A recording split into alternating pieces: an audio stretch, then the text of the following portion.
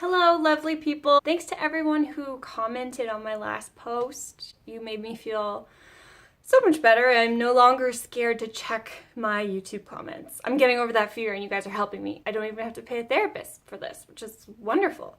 Free therapy from you guys. Thank you so much. So, I did get a request for songwriting tips. When it comes to songwriting, I could talk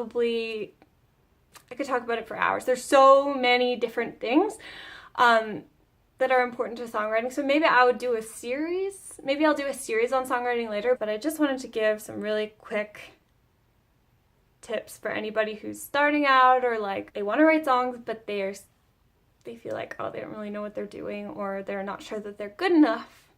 So the first thing is write bad songs. I went to music school a couple of years ago for composition, and I was told to write really good songs. I was told to invent new chord progressions, new keys, do something that's never been done before. And so then I just stopped writing, like for years. Before this, I wrote all the time. I wrote like 10 songs a year. And then suddenly at music school, I was worrying about whether or not my songs were good, because my teacher told me that I had to write something groundbreaking, something amazing. And so that's a lot. When I sat down at the piano, I got ready to write, I would just have my teacher's voice in my head being like, that's already been done. That's kind of boring. Be more interesting. Make something better than that. Yeah, and then I just stopped songwriting. And that's not helpful at all. So what I would really recommend is giving yourself permission to write bad songs. The way that I was able to get out of that was to write really silly, bad songs. If you're scared to write your first song, because you're like, I want to write a song, but I know I'm not going to be a good songwriter, or like, I'm scared I'm not going to be a good songwriter, I would probably challenge you to write the worst song you can think of first. My first song was about Daniel Radcliffe and Burt Popcorn, and I don't know how that made sense. There's not going to be like the songwriting police knocking at your door being like, we're going to take your songwriting license away because you wrote a terrible song. Just know that with every song that you write, good or bad, it's all part of the process. So the second thing that was really helpful for me when I first started writing songs, and for when I had to get over that crazy writer's block that I had after music school, steal chord progressions. Chord progressions, you can't copyright them. We all borrow from each other. So again, when my teacher said, invent new keys, new chord progressions, like, that's not how people write pop music.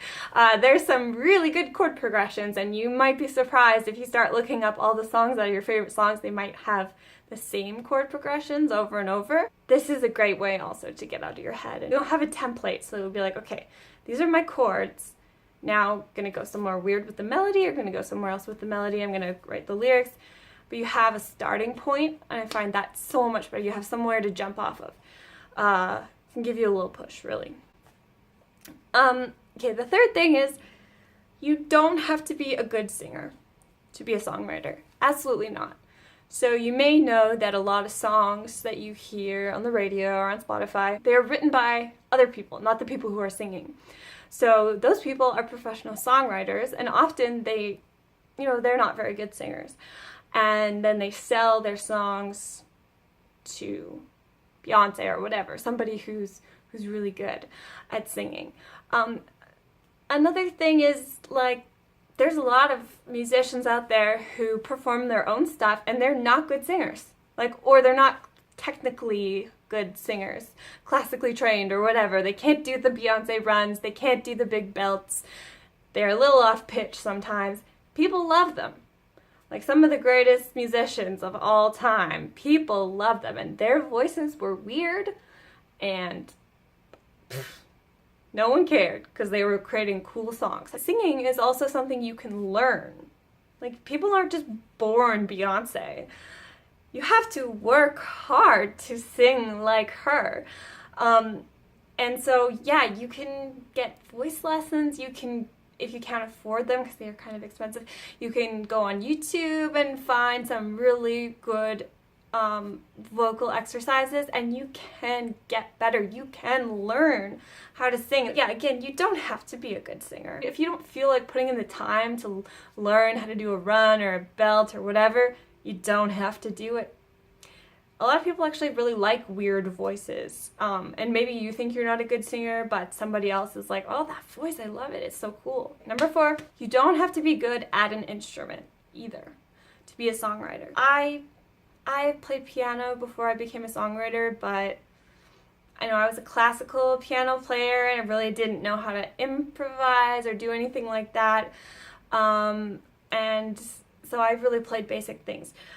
If you have access to a piano or a guitar, all you need to know is a couple of chords. So going back to that stealing chord progressions thing, go to your favorite song, see what those chords are, learn those chords. That's it. People aren't going to be like, oh man, she didn't do like a crazy piano solo in the middle of a song, because like, who cares, right? If you don't have access to any musical instrument, ukuleles are pretty cheap. You can buy a ukulele for really cheap, or you can create tracks on like an app like GarageBand, or there's a bunch of different ones where they're beat making tracks, but you can add in bass, and then you have like kind of a loop that you can work with. If you really want to be a good instrumentalist, then you put the time in and you learn it. But just remember that you don't have to. Okay, so again, thank you, and comment underneath if you have questions and I'll answer them. Thank you so much for watching my video. I guess this is the time where I should say like and subscribe. Like and subscribe? Yeah. Wow, that feels weird to say. Okay. Well, see you later.